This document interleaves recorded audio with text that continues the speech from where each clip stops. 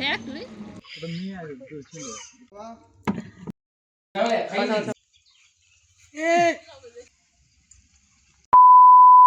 বেশিরভাগ দিনের শুরুটা আমাদের এইভাবেই হয়, কোনো কোনো দিন অন্যরকমভাবে হয়, বাট বেশিরভাগ এইভাবেই হয়। So hey viewers, good morning and welcome back to my another video. So কেমন আছো তোমরা? আই হোপ অনেক ভালো আছো, আর আমরাও অনেক ভালো আছি। তো চলো শুরু করি। আর আজ আমরা করব পিকনিক। সো এখন না রাতে করব, তো চলো তার আগে সংসারের যা যাবতীয় কাজ আছে সেগুলো করে ফেলি। বাসি ঘরের কাজটাই তো আগে হয়ে থাকে। তো ফার্স্টলি বিছানা উঠানো। সো ওর বাবুকে বিছানায় রেখে আমি বিছানাগুলো উঠিয়ে নিচ্ছিলাম। আর দেখবে একটা জিনিস, ও কতটা পরিমাণে দুষ্টু হয়েছে, মানে ওর সাথে তো গল্প করতে করতেই আমি এগুলো করছিলাম। বাট ওকে দেখবে, দাঁড়াও, দেখো এটাকে দেখছে এখন। সো এখন এটাকে কিভাবে নোংরা করতে হয় ও জানে, সেটাই দেখাবে। দেখো এভাবে করে উঠাতে হয়, শিখে নাও যারা যারা জানো না।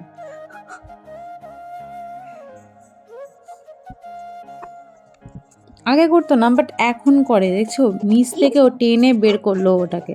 আবার করবে, গুছানোর পরও আবার করবে, বাট আমি করতে দিইনি, কারণ গুছাতে তো টাইম লাগে। আর বিছানা অগোছালো থাকলে না দেখতে ভালো লাগে না, বেশ একটা মেজি মেজি ভাব থাকে, তো ভালো লাগে না। মানে ঘরের মধ্যে একটু কিছু নোংরা হয়ে থাকলে দেখতে কেমনই লাগে, বাট কিছু করার নেই। আমাদের যেহেতু একটাই ঘর, একমাত্র লাদলা, কি লাদলা, সরি, যাই হোক, একমাত্র আমাদের ঘর এটাই, তো এটার মধ্যেই সব কিছু অ্যাডজাস্ট করে রাখতে হয়। তো তাই মধ্যে এখানেই নোংরা, এখানেই ভালো, এখানেই পরিষ্কার জিনিস, এখানেই সব। সো সকাল হতেই আমি সব নোংরা কাপড়গুলোকে বের করে নিয়েছিলাম। আর তারপর কি ঘর মোছা। আর আমি না একটু নিমাইল ইউজ করি, কারণ ঘর মোছার পর একটা কেমন যেন একটা গন্ধ লাগে, যেন একটা ভাবসা ভাবসা। সো সেই জন্য আমি নিমাইলটা ইউজ করলে ওরকম একটা গন্ধ লাগে না। যেহেতু আমরা ঘরে সারাদিন থাকি না, মোটামুটি মানে সেই 11টা-12টার পর থেকে বেশ কিছুক্ষণ বন্ধ থাকে। আবার সেই 4টা-5টার দিকে আবার অন্ধকার হয়ে আছে, তখন বেরোয়। আবার রাত 8টার পর, মানে ও যতক্ষণ না বাড়ি এসে ততক্ষণ আসি না। তো সেই জন্য একটু ঘরটা কেমন গন্ধই করে। এখন মা ছেলের মধ্যে কম্পিটিশন চলবে।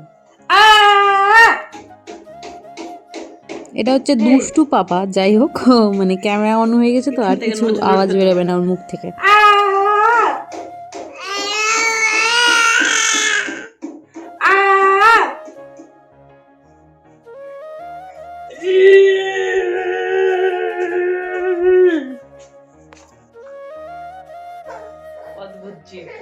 কোন প্রাণীর নাম নাই।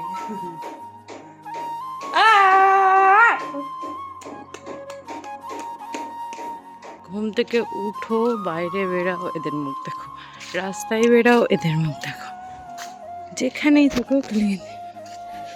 অত্যাধিক বাদরের অত্যাচার। তো এখানে কুকুরটা একটু নিজের সাহসিকতা দেখাচ্ছিল, বাট দেখতে পেলাম যে সাহস নেই, ভালোই দেখাতে পেরেছে, বাদরটা পালিয়ে গিয়েছে। আর এখানে আগুন জ্বালানো ছিল, তো দেখতে পেলে বাদরটা কেমন আগুন তাপছে। সো যাই হোক, মায়ের বাড়ি এসেছি, আর সকাল সকাল না খাওয়ার জন্য বাবুকে আমি ক্যামেরাটা, সো সেই জন্য মায়ের কাছে এসেছিলাম। তো চা মা দিল, চা, তো চাটা খেয়ে নিচ্ছিলাম। আর চাটা খেতে ভালোই লাগে। আর বাবু বিস্কুট খাওয়ার জন্য এত বদমাইশি করছে। আর এখানে দেখতে পাচ্ছ ক্যামেরা অন করেছে বলে ও নেমেছে না, তো অতক্ষণ ধরে বললাম তাও নামেনি। ক্যামেরার জাদু। সো যাই হোক, চলো রান্না বান্না করি। আর এটা কি যে সব রেডি করে নিয়ে পেঁয়াজ রসুন কেটে নিয়ে বসে গিয়েছি। আর এখানে কড়াই বসিয়ে দিয়েছি।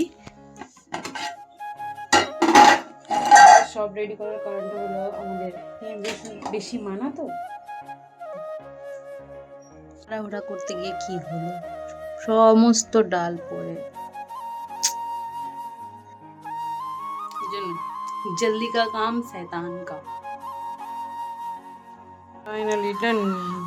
এই যে ওটস,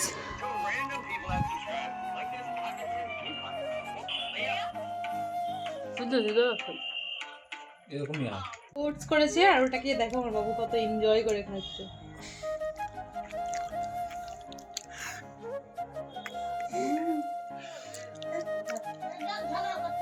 বাবা টাটা।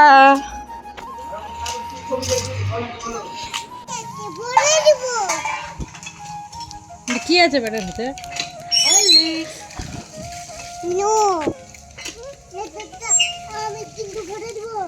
কি করবি?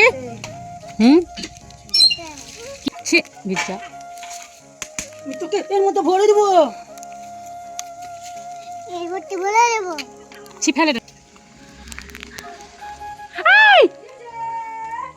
সো দুষ্টুমি হলো, এবার আমি বাইরে একটু বেরিয়েছিলাম বাড়ি যাওয়ার জন্য।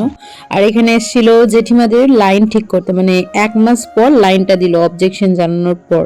সো যাই হোক, বাগানে আসি, রোদ ছিল বাগানে তার জন্য। আর এখানে হাঁসগুলো দেখো, সো এখানে বাবু ঝুল্লা খাচ্ছিল। আর এই হাঁসটা এত বদ, মানে সবাইকে থ্রেড দিয়ে বেড়াচ্ছে একদম, সবার পিছনে দৌড়ে বেড়াচ্ছিল। আর বাবু ওটাই দেখছিল হা করে, মানে মুগ্ধ হয়ে ওদেরই দেখছিল। আর সবটা হাঁসের পিছনে ওই লাগছিল, নাকি ওই একটাই পুরুষ হাঁস আর বাকিটা সব মহিলা। যাই হোক, দেখতে পাবে এখন। আবার দেখো ওই আছে, কিন্তু ওই কালোটাই বদমাশি দেখো। তো তারপর আমরা বাগানে একটু, আমিও ঝুল্লু খাচ্ছিলাম, ইচ্ছা হলো তাই, হাতে লাগছিল তাই আর ঝুল্লু টুল্লু খাইনি। তারপর বাবুর সাথে খেলা করা একটু, এখানে দুষ্টুমি, মানে কি আর বলবো, দেখতে নোংরা লাগছে বাট ক্যামেরায় কত পরিষ্কার লাগছে তাই না? জায়গাটা কিন্তু নোংরাই আছে, পরিষ্কার নাই খুব একটা। তারপর এখানে আমার একটা স্টুডেন্ট, একটা বোন, মানে স্টুডেন্ট কি বলবো, বোনই, সো ওকে প্রাইভেট পড়ায়। আর এখানে বদমাশি করে বেড়াচ্ছিল সবটি মিলে, মানে ওটা হচ্ছে প্যাঁ করে একটু দিয়ে কেঁদে যাচ্ছে, ওটা দেখার জন্যই আমি ক্যামেরাটা অন করলাম। বাট ক্যামেরার সামনে তো কারোরই আসল রূপটা দেখা যায়ই না, সো কি আর বলবো। এখানে বাবু ওর মাসিকে জ্বালাচ্ছিল, মানে ও ফোন দেখছে, ওর ফোনটা নিবে, কেড়ে নেওয়ার চেষ্টা করছিল। আর দেখো চুল টুল ধরে টানাটানি সব করছে। সো এখানে পিকনিকেরই প্ল্যান হচ্ছিল, তো ফাইনালি অ্যাটলিস্ট পিকনিকটা আমাদের হয়, অনেক 6টার সময় থেকে শুরু হয়। সো এখানে বাহাই করছিল, আঁখা খুঁড়ছিল, আর তারপর আমি বাবুকে খাওয়াতে ঘরে আসি। বাট দেখো কি হারে দুষ্টু হয়েছে ও, মানে কিছু বলার নেই। এই বিছানায় রাখলেই একদম ডাইরেক্ট এই খাটের কোণাতে গিয়ে পৌঁছে যাচ্ছে। দেখছো একটুও ভয় আছে, পড়বে না। সেখানে সবাই কাটাকুটি করছে, আর দেখতে পাচ্ছ পেঁয়াজগুলো ওইটি কিন্তু সবটি আমি কেটেছি। তারপর গেছি, আর এখানে মা মাংসগুলো ধুচ্ছিল। এখানে আই থিঙ্ক 5 কেজির মতন মাংস ছিল, বাট খাওয়া যায় না যতই বলা যাক, কষাটাই যেটুকুটা খাওয়া যায়, বাট পরে একটা কেমনই লাগে। তো দেখে তো ভালোই লাগছিল, খেতেও ভালোই হয়েছে অবভিয়াসলি, বাট এটা যতটা মনে হচ্ছে যে আমরা খেয়ে ফেলবো, বাট অতটা খাওয়া যায়নি। আর পিকনিক হচ্ছে বাইরে, বাট সবাই দেখো ঘরের ভিতরে, কি আর বলবো, মানে এটা হচ্ছে আমার ভাই, এটা হচ্ছে আমাদের বাড়ির রূপসী কন্যা। আর ইতিমধ্যে মাংস কষানো হয়ে গিয়েছে। সো সবার মধ্যে যেরকমই হোক না কেন খেতে ভালোই লাগে। তো তারপর আমরা সবাই খেতে বসি, মানে এখানে আমি বসিনি, ওরা সবাই খেতে বসে, বাচ্চা পার্টি। তারপর বসে যাই আমরা, মানে আমরা বড় বাচ্চা সব মিক্সড হয়ে বসি, বাচ্চা কেউ নাই, সবাই বাচ্চার বাপ হয়ে গেছে। যাই হোক, bye bye, good night. Picnic তারপর খতম, বাড়ি ঘরে চলে যাই। চলো। তো এখন আমরা যাচ্ছি বাড়ি, পিকনিক টিকনিক শেষ, চলো বাই বাই।